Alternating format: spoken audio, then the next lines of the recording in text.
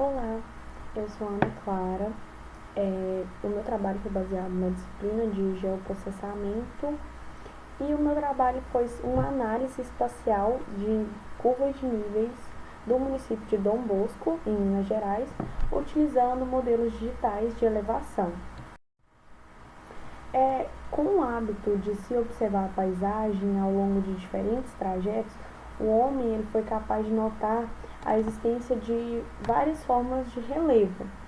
Isso ocorre desde os tempos mais antigos, pois é sobre o relevo e se adequando, alterando ele, que as comunidades humanas elas acabaram por se estabelecer e desenvolver suas interações naturais, sociais e até as econômicas.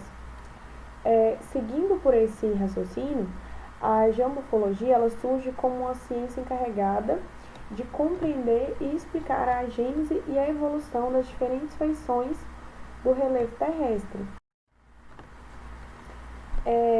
Continuando, vindo de acordo com a história da escrita, os primeiros mapas eles surgiram da necessidade do homem que ele possuía em representar e analisar os fenômenos de espaço que ocorria na sua volta.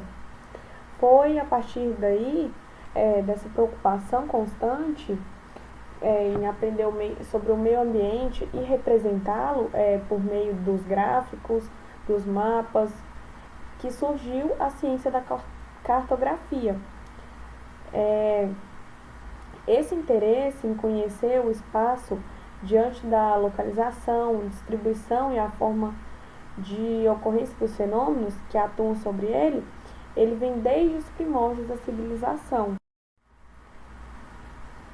Só que, atualmente, a grande preocupação ela se concentra no futuro, ou seja, a gente quer prever como ocorrerão esses fenômenos e as possíveis soluções que levam à manutenção de um equilíbrio de estado contínuo. Nas últimas décadas, os constantes avanços tecnológicos no ramo da informática, eles proporcionaram o desenvolvimento em uma maior aplicabilidade das técnicas de sensoriamento remoto e geoprocessamento.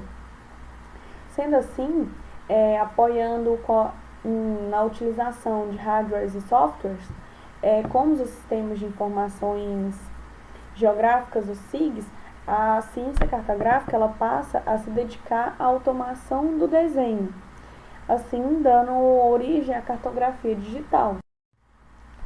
Um dos maiores desafios ao se realizar um mapeamento é transmitir através de uma superfície plana, ou seja, em duas dimensões, as feições do mundo real.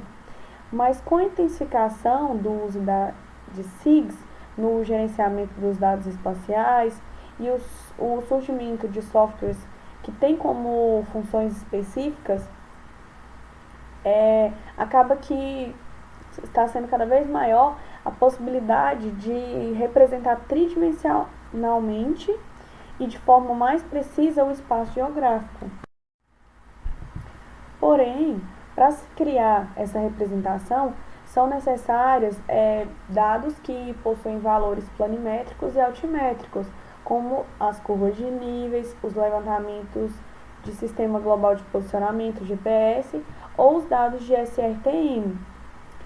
Eles correspondem a produtos da SRTM, que foi uma missão liderada pela NASA, em parceria com outras agências espaciais, em fevereiro de 2000, que se visou gerar um modelo digital de elevação quase global, ou seja, que representa o relevo terrestre em 3 dimensões espaciais, sendo elas X, Y e Z. É interessante ressaltar que, ao se realizar uma pesquisa sobre modelos de representação tridimensional do relevo, em ambientes computacionais serão encontradas várias nomenclaturas diferentes abordando esse tema. Porém, mesmo que elas apresentem resultados semelhantes, elas são obtidas através de obtidas de diferentes técnicas, como como se mostra no texto. Contudo, o meu trabalho ele buscou abordar, aplicar o modelo digital de elevação, o MDE, com a interpolação TIM dos dados de curva de nível do município de Dom Bosco, Minas Gerais, para poder auxiliar na validação de mapeamentos geomorfológicos pretéritos, além de testar eles como uma potencial técnica para mapeamentos futuros, visando que os trabalhos realizados a partir da análise de dados topográficos, geralmente os existentes, em termos de tempo e habilidade dos intérpretes, eles podem ser executados com uma relativa operacionalidade. As curvas de nível, elas são um conjunto de linhas imaginárias que são obtidas a partir de um levantamento topográfico de uma determinada área ou região, nas quais se ligam os pontos que possuem a mesma altitude. Elas servem para produzir mapas topográficos para uma melhor captação do desnível do terreno. Assim, sendo, as curvas de nível elas são equidistantes em termos de altura. Quando um terreno ele apresentar uma grande distância entre as curvas de nível, isso representa um desnível suave do terreno. Já uma menor distância entre elas representará um desnível maior da área estudada. Além disso, por meio das curvas de nível, é possível ver a representação do relevo em diferentes partes do terreno, ajudando muito os profissionais a escolher as áreas apropriadas para diferentes usos, principalmente na engenharia civil. É muito importante conhecer o relevo, as alturas, locais mais planos, para poder realizar as construções. Ainda se destaca que é muito incomum o cruzamento dessas linhas, que representam as curvas de níveis, que elas se ressalvam apenas das paredes das rochas em posição vertical. A caracterização da minha área de estudo. O município de Dom Bosco é um município brasileiro do interior de Minas Gerais, da região sudeste do país. A sua população é pequena, estimada em aproximadamente 3.818 habitantes. De acordo com o IBGE, desde 2017, o município ele pertence às regiões geográficas intermediárias de Patos de Minas e imediata de Unai. Até então, com a vigência das divisões em microrregiões e mesorregiões, o município ele fazia parte da microrregião de Unai, que por sua vez está incluída na mesorregião do Noroeste de Minas. O clima do município é uma temperatura média anual de 24 graus e um clima tropical quente, com seca de 5 meses e se atenuando no inverno, e uma área total de aproximadamente 817 km². Aqui a gente pode visualizar o município de Dom Bosco em comparação com o nosso estado de Minas Gerais. O município de Dom Bosco é o que está em destaque em azul. Quais foram os materiais e os métodos que eu usei? Todos os procedimentos operacionais eles foram realizados no software livre QGIS. Para a realização desse trabalho, primeiramente, eu fiz a escolha dos dados da curva de nível do estado de Minas Gerais, que eu obtive no site do Geotec, da UFVJM, e foi confeccionado a partir de uma metodologia que não utilizasse ainda os dados do SRTM, porque assim possibilitaria uma maior discussão dos resultados obtidos. Posteriormente, eu fiz também um modelo de elevação utilizando imagens do SRTM. Com esses dados de curva de nível, eu escolhi o local onde ia ser feita a interpolação pelo método TIM, através das grades, e após realizado o MDE, é feita uma aquisição da cena do modelo digital de elevação, que é o dado de SRTM, que eu utilizei do município de Dom Bosco, Minas Gerais, pelo site do SRPM da Embrapa.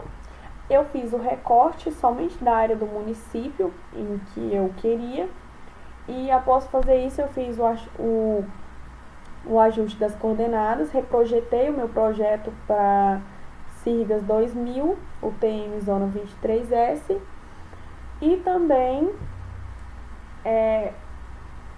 ajustei as questões das cores para poder ficar melhor para ver, para analisar. O que eu obtive de resultado? Ao se fazer uma análise superficial da representação tridimensional que eu obtive através da interpolação do mapa com o MDE, eu pude constatar que todas essas feições de relevo, elas ficam bem espacializadas, facilitando se observar o que poderia ser discutido e atingindo as expectativas geradas com a idealização do trabalho. Aqui eu mostro primeiramente o modelo digital de elevação que eu obtive através das curvas de níveis que eu adquiri no site da Geotec, do município de Dom Bosco, onde foi feita a interpolação pelo método TIM no software QGIS. As áreas mais avermelhadas são as áreas de menor altitude, e quanto mais esverdeadas são áreas de maior altitude. Aqui nós já temos o MDE do município de Dom Bosco, porém com os dados obtidos através da missão SRTM. Já foi pelos dados que eu obtive pelo site. Da mesma forma, as áreas mais avermelhadas são as áreas de menor altitude e as áreas esverdeadas de maior altitude. A gente acaba por perceber que através da missão SRTM ou pelos outros dados, a gente pode obter mapas geomorfológicos com a melhor...